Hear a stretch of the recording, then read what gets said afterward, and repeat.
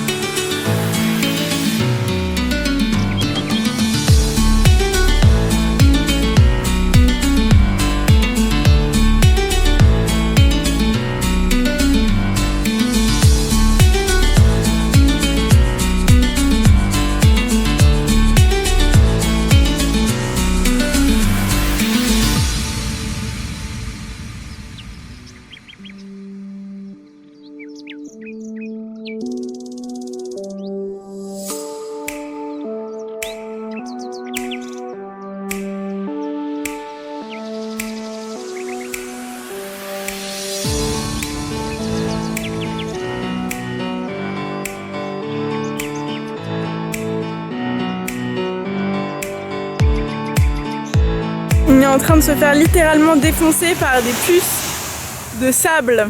Très agréable. J'ai tellement honte de vous faire des plans avec ma triple lèvre. Là, je me suis pris un méga coup de soleil sur...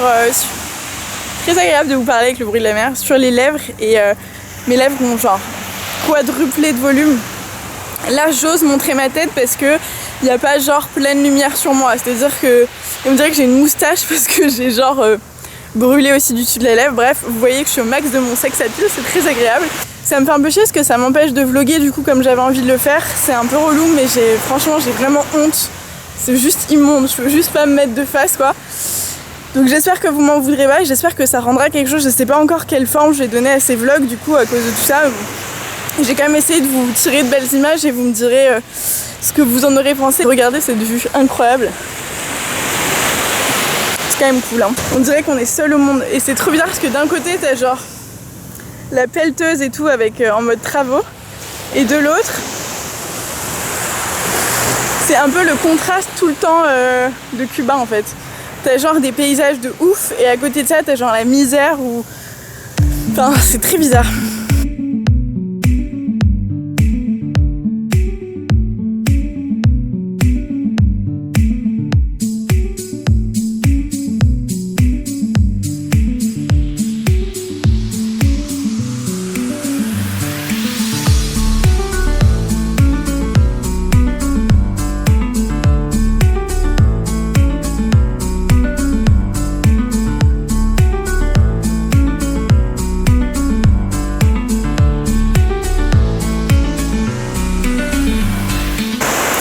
Plus de filmer ce paysage de ouf, je sais pas vous mais moi je suis absolument fan des couchers de soleil, genre je peux passer ma life à regarder ça genre littéralement et je trouve ça mais trop beau et des couchers de soleil à côté de la mer c'est genre je veux mourir en paix demain quoi, avec le ciel un peu rose tout ça c'est...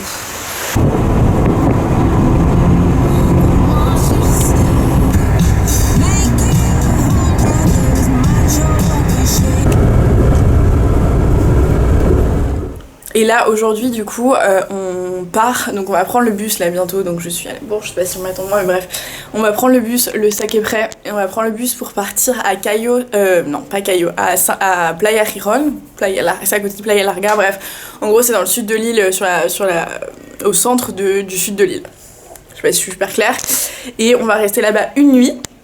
Donc on va profiter 24 heures à peu près de la plage, etc. là-bas. Et ensuite on remonte à La Havane. Et là je vous filmerai à La Havane, on reste 2 jours et on va passer le nouvel an là-bas. Donc en gros je vous montre rapidos à quoi peuvent ressembler ce genre de chambres. Bon là c'est complètement le bordel, on vient de dormir dedans. Mais vous avez un frigo, 2 lits. Nous on voyage à 4 comme je vous l'ai dit.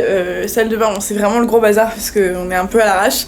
Mais voilà, donc c'est largement suffisant. Je crois que ça coûte 70 balles la nuit. Ça nous a coûté 70 balles la nuit au total pour nous 4 avec le petit déj compris. Donc c'est vraiment pas hyper cher. Et il y a quand même une espèce de truc un peu authentique. On a fait, du coup, pendant ces jours, on aura tout fait. On aura fait les casas, on aura fait les hôtels, les Airbnb, les hôtels 5 étoiles, les hôtels 4 étoiles, les casas comme ça, les casas où t'as juste tout l'appart. Enfin bref. Et du coup, t'as une espèce de diversité. Et tu vois, enfin, t'as l'impression d'avoir plusieurs ambiances différentes, ce qui est assez chouette et ce qui est complètement ce que moi je recherchais en venant ici, donc je suis assez contente. Clairement à Cuba, c'est un peu ça qui ressort, c'est ce que j'avais en tête avant de partir, c'est un pays extrêmement pauvre, enfin c'est une île extrêmement pauvre, on va pas se mentir. Nous du coup on s'est baladé dans les terres, on a tellement bougé en bus, en taxi et tout, on est allé partout je pense, enfin sur tout le centre de l'île, on a essayé un peu de tout faire et tu vois des trucs qui sont pas forcément faciles, très, très clairement, hein, tu vois des enfants, des personnes âgées, bref des gens qui vivent dans des conditions qui sont à milieu de ce que toi tu es en train de vivre en Europe tranquillement dans ton appart à Paris, n'est-ce pas? Mais du coup je sais pas, c'est un côté hyper authentique, un peu dur. Je pense que si vous voulez juste voir des belles choses et etc, ne venez pas à Cuba, clairement c'est pas le lieu, ou alors venez à Cuba mais calez-vous à Varadero 10 jours et profitez juste de votre hôtel. Mais après je pense que l'intérêt est hyper limité de faire ça, mais bon si c'est ce que vous recherchez vous pouvez quand même le faire. Moi je pense que l'île est quand même hyper riche à ce niveau là, culturellement parlant c'est un peu compliqué je trouve. C'est genre un mix entre l'Amérique latine et les États-Unis. Pour moi c'est un peu, enfin j'ai l'impression, et c'est vraiment ce que je ressens, c'est pas un jugement, c'est pas quoi que ce soit, s'il y a des Cubains qui passent par là, j'ai l'impression que c'est un peu un peuple qui s'est cherché, ou enfin tu vois, je sais pas trop, c'est un peu compliqué. clairement la culture, tu t'es incapable de définir des us et coutumes juste en te baladant dans la ville, en voyant comment les gens parlent, en voyant...